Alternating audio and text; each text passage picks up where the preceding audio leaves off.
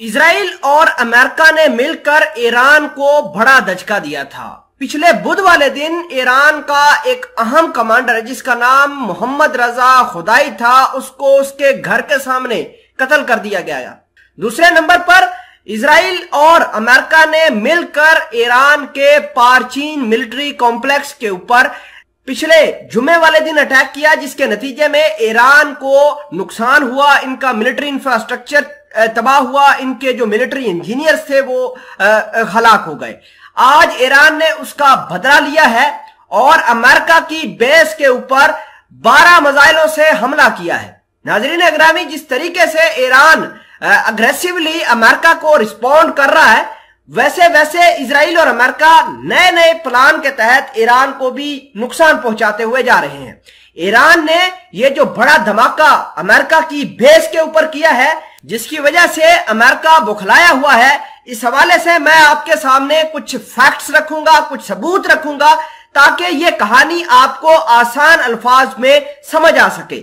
छोटी सी गुजारिश है कि आप हमारा YouTube चैनल हसनात टीवी को सब्सक्राइब करके पास मौजूद घंटी के निशान को दबा लें ताकि लेटेस्ट न्यूज आप तक बर वक्त पहुंचती रहे। सबसे पहले खबर देखिए।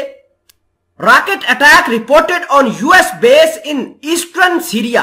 अमेरिका की जो बेस है यहां पर उसको निशाना बनाया गया है और इतलात ये आ रही है कि बहुत बड़े लेवल के ऊपर अटैक किया गया है। इसके अलावा अमेरिका की बेस के अलावा एक अमेरिका का यहां पर ऑयल फील्ड भी थी सीरिया के अंदर, जिसका नाम अल उमर ऑयल फील्ड थी, उसको भी निशाना बनाया गया है। अमेरिका इस अल उमर ऑयल फील्ड से तेल निकालता है, शामी लोगों की जो प्रॉपर्टी है वो छीन कर अमेरिका अपने मुल्क के अंदर ले जाकर अपने लोगों के लिए इस्तेमाल करता है। इस हवाले से जो मकामी गवर्नमेंट है शाम की, वो भी परेशान है।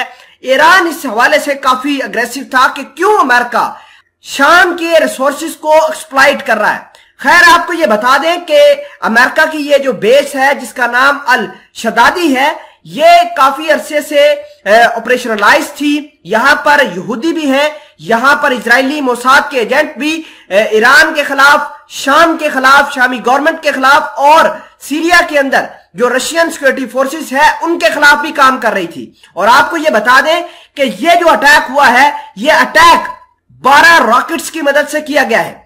अगर हम बात करें 2017 की, तो 2017 के बाद अमेरिका की इस बेस के ऊपर काफी बड़ा अटैक समझा जा रहा है। नाजरीन इकरामी, अब सवाल यह पैदा होता है कि अमेरिका की बेस को क्यों निशाना बनाया गया, क्या वजह थी। अमेरिका बेसिकली सीरिया के अंदर दहशतगर्दों को, यानी आईएस के दहशतगर्दों को ट्रेन करके यूक्रेन जंग के अंदर भेज रहा था।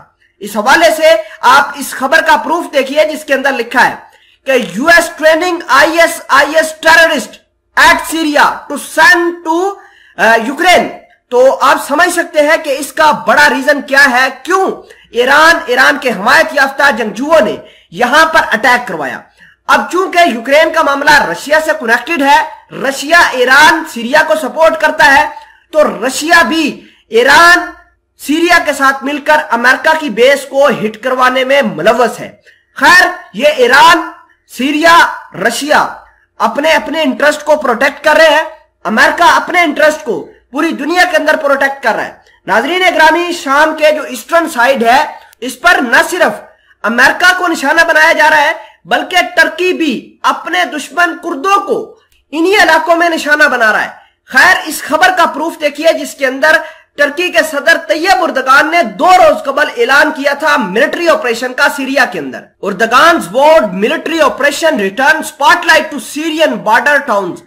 जो बॉर्डर टाउन है खसूसन तल रिफत, वहां पर टर्की की सिक्योरिटी फोर्सेस ने बड़े ऑपरेशन किए हैं और इस ऑपरेशन के नतीजे में जो कुर्दों के लोग हैं वो जाबाक हुए हैं, कुर्द रेबल्स जो हैं, टेररिस्ट हैं, वो हलाक हुए हैं। इस हवाले से मैंने आपके सामने फैक्ट्स रखे, रिपोर्ट्स रखी। खबर के बारे में कुछ भी कहना चाहते हैं कमेंट सेक्शन में जरूर पोस्ट कीजिएगा।